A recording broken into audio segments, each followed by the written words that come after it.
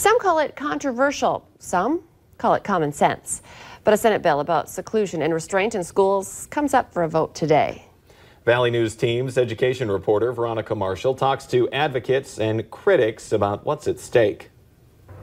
I went to pick my son up from school and he wasn't there. So I went to the office to get help and had found out later that they had put him in a really small room that has just enough room to sit or stand. And then they forgot about him. And so he sat in this room that wasn't ventilated for almost 4 hours. Since then, Tome has been fighting to protect other students from what happened to her son. A lot of these kids are traumatized over what's happened to them. Her story was shared before the Senate Education Committee to support a bill that would end seclusion in schools, put new restrictions on the use of restraints, and train teachers how to help students with complex behaviors. One thing that this bill is doing is making sure that teachers, parents, students, administrators, school bus drivers, whoever has an opportunity to know how to de-escalate students, but also to intervene when intervention is necessary and to step back when it's not. But in a 5-2 vote earlier this week, the committee voted against the bill. Senators tell me while they don't support the use of restraints or seclusion,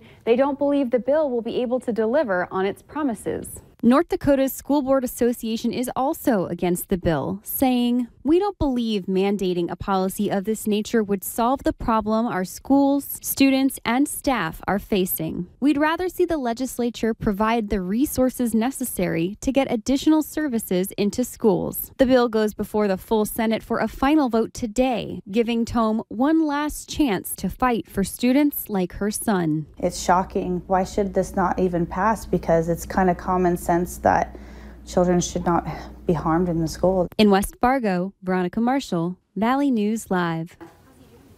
Earlier this week, the Senate's Education Committee voted 5-2 down party lines against that bill. It now goes before the full Senate today.